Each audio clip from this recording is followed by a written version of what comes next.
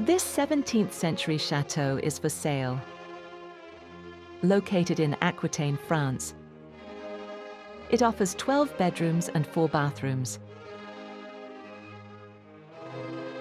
This authentic 17th century chateau, built in 1680 during the reign of Louis XIV, is set within a private 3-hectare estate in the countryside of Chalosse.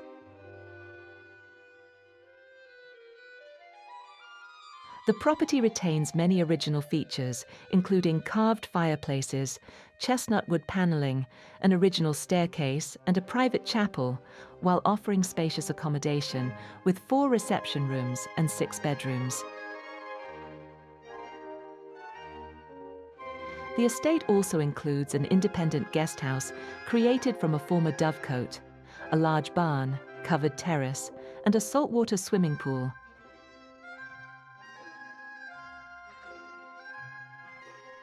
Surrounded by preserved grounds with a natural spring and small woodland, the chateau combines historic character with privacy and practical living. The asking price of this 17th century chateau is €975,000.